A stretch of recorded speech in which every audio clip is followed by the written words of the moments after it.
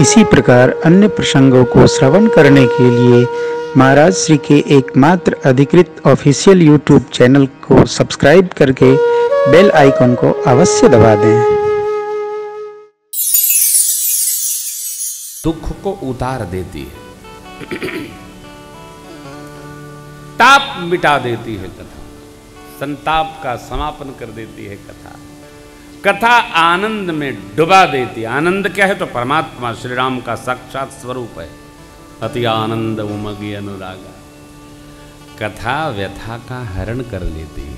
अशोक वाटिका में मैया बैठी हैं, मैं चौपाई बार बार कहता हूँ। श्री हनुमान जी ने देखी परम बिरहा कुल सीता, सोछन कपि कल्प सम।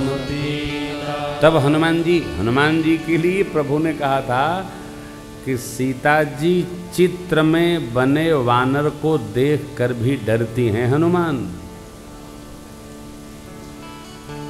जैसे आप में से कई लोग छिपकली से डरते होंगे, कई लोग बिल्ली से डरते होंगे, कई लोग गिरगिटान से डरते हैं। अरे कई लोग तो इतना डरते हैं किसी आदमी को देखें तो भागने लगते हैं, ले फिर आ गया भागो। आदमी से भी लोग डरते हैं। हाँ, नहीं बनता, नहीं बैठता है, ये फिर आ गया, लो भय होता है। डर किसी से भी बैठ सकती है। भगवान की कथा निडर बना देती है। निडर हो डरना, भगत को निडर रहना। कब? आज तो कर्म न बिगड़ेगा तब।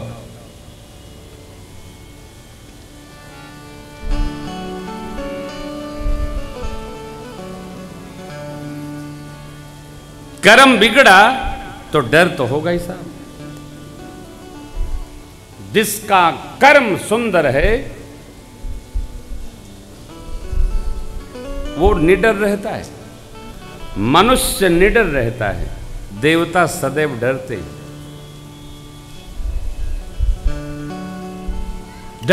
तभी भगवान की ब्रह्मवाणी ने कहा था, जनि डर पहु मुनि सीधा सुरेसा, तुम ही लागी धरी हूं नर रेसा। डरिए मत। भगवान की कथा, भगवान की भक्ति, भगवान का नाम, भगवान का कीर्तन, भगवान का धाम, भगवान का लोक, भगवान का स्मरण जीव को निडर बना देता है। डरने का क्या काम हो? अच्छा, क्यों डरना? डरता कौन है? अयोध्या कांड में प्रसंग है, पाप जो करता है वो मान लेता है कि हमको यमलोक मिलेगा ही, इसलिए मृत्यु के अवसर पर उसको डर होता है कि अब तो यमलोक मिलेगा। पाप क्या है? श्री अयोध्या कांड में भरत भैया ने बड़ी अम्बा से जो प्रसंग सुनाए, गौ हत्या महापाप, अंक में संतान की हत्या महापाप, ब्राह्मण को राजा को जहर देना, मित्र के साथ घात करना महापाप, गौशाले में अग्नि लगा देना महापाप, भाई की संपत्ति का अपहरण करके उसको विनाश पर पहुंचाना महापाप, गुरुघात महापाप, आदि आदि। ये सब जो एक भी करेगा, लाख करे उपाय, कर्म फल चक्रवर्ती महाराज चक्रवर्ती जी का नष्ट नहीं हुआ। दो वस्तु नष्ट नहीं होती, कर्म फल और कलंक। इन दोनों से सावधान रहना चाहिए। कर्म फल, खेल खेल में विनोद के कारण से चक्रवर्ती जी महाराज ने शब्द वेदी निकाला, श्रवण कुमार पर छोड़ा। वो नहीं जानते थे, वो जानते थे हाथी है, लेकिन कर्म का फल प्राप्त हुआ। पुत्र वियोग में श्रवण कुमार के पिता माता चले गए और उसी शाप से चक्रवर्ती जी महाराज की भी विदा हो गई। कर्म फल कोई नष्ट नहीं कर सकता। नारद जी महाराज के शाप से भगवान को जो जो होना था वो प्राप्त हुआ। चंद्रमा ने भोले बाबा के लिए तप किया, कलंक आज तक नहीं मिटा। श्री ठाकुर जी के लिए तप किया, कन्हैया प्रसन्न हुए आए, लेकिन निष्कलंकी आज भी नहीं हुआ। दोष से बचना ही उपाय है। पाप से बचा जाए। पाप का ताप जन्मों तक चलता है।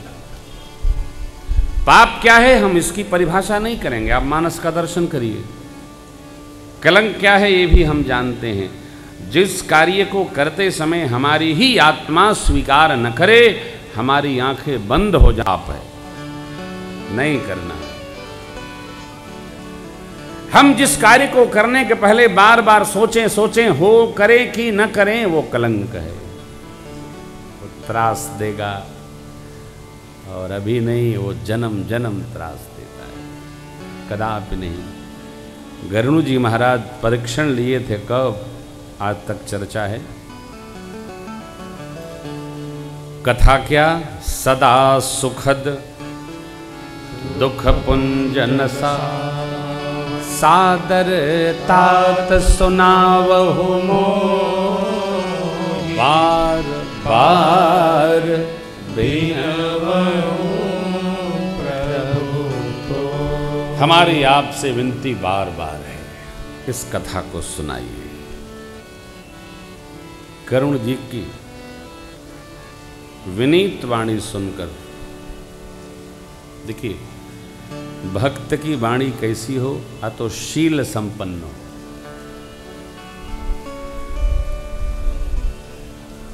भगत की वाणी रुग्ण नहीं होनी चाहिए। भगत लोगों का स्वभाव होता है किसी को कुछ भी कह देंगे, ये भक्त का लक्षण नहीं है। कुछ भी नहीं कहना। बोली एक अमोल है, जो कोई बोले जा, ये तराजू तौल के तब मुख बारे।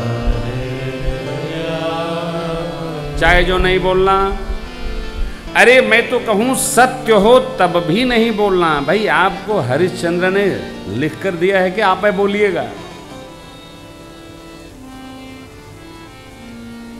मीठा न बोल सके तो चुप रहिए, क्यों बोलेंगे?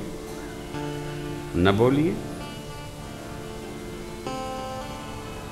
बाबा ने सिद्धांत दिया, तुलसी मीठे बचन ते सुख उपजत चहु, वशीकरण एक मंत्र है, तज दे बचन करो। जिसको वश में, अरे पशु पक्षी वश में हो जाता है। मीठा बोलिए। भाई देखिए, हम तो मीठा बोल सकते नहीं, हम तो सत्य ही कहेंगे। अच्छा, कहते रहिए आप। और कलयुग में तो सत्य कड़वा हो तो चुप ही रहना ठीक। मौन एक तप है, गीता जी का न्याय है। नहीं बोलिए। ऋण चर्चा न हो, नकारात्मक चर्चा न हो। किसी का दोष भी दिखे तो उसको आलोचना न करिए, समालोचनात्मक सुझाव दीजिए, उसको अच्छा लगेगा। ये समझिएगा। आपके कान अपनी निंदा सुनना चाहते हैं क्या? हम कथा करके नीचे उतरे, कोई कहे महाराज आपने कथा तो करी लेकिन सुखा दिया है आपने,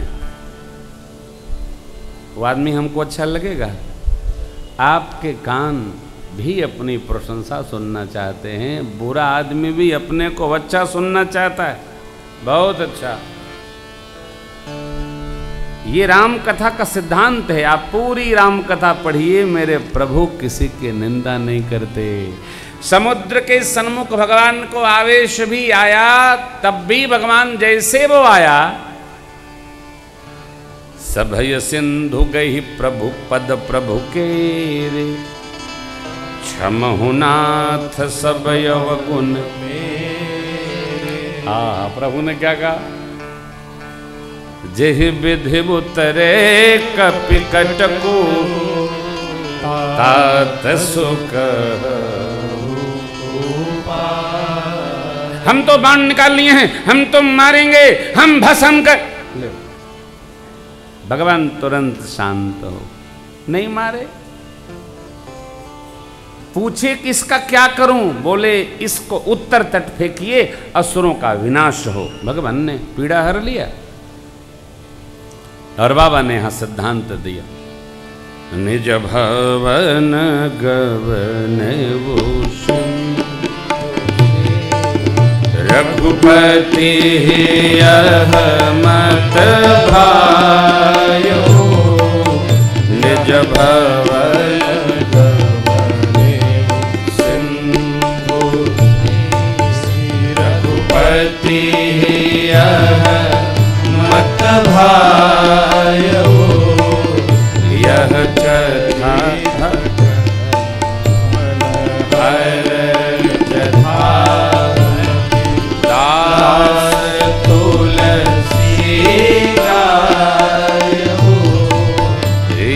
चरित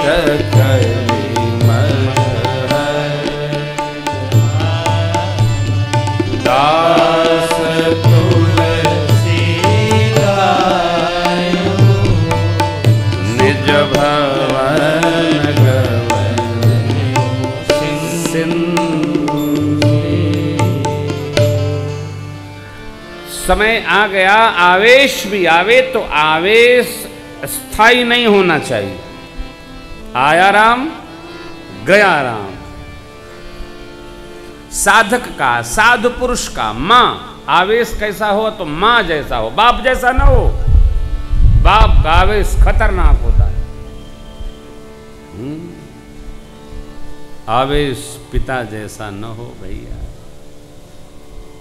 मां ममता की मूर्ति है, मां आवेश में। अच्छा, एक बात बड़ी हंसी की है, विनोद है, आपको सुनाऊं मैं। मां को आवेश कब आता है? जब वो बच्चों के सामने बाप को देखती है।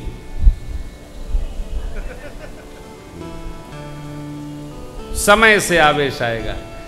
दोनों खूब चारों खेलते रहेंगे, जैसे पिता दिखाई पड़ा स्वरूप बदलेगा। और बाप को तो मार नहीं सकती है, तो बच्चों को जोर से उठा के धीरे से मार देती।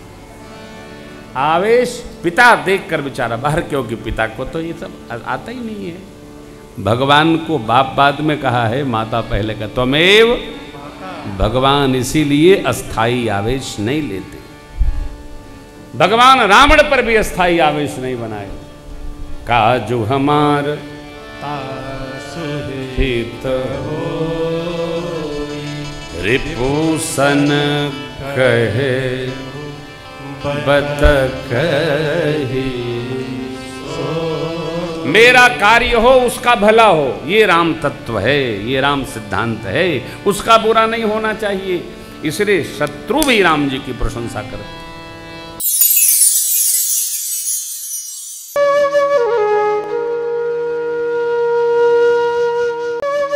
इसी प्रकार अन्य प्रसंगों को श्रवण करने के लिए महाराज श्री के एकमात्र अधिकृत ऑफिशियल यूट्यूब चैनल को सब्सक्राइब करके बेल आइकन को अवश्य दबा दें।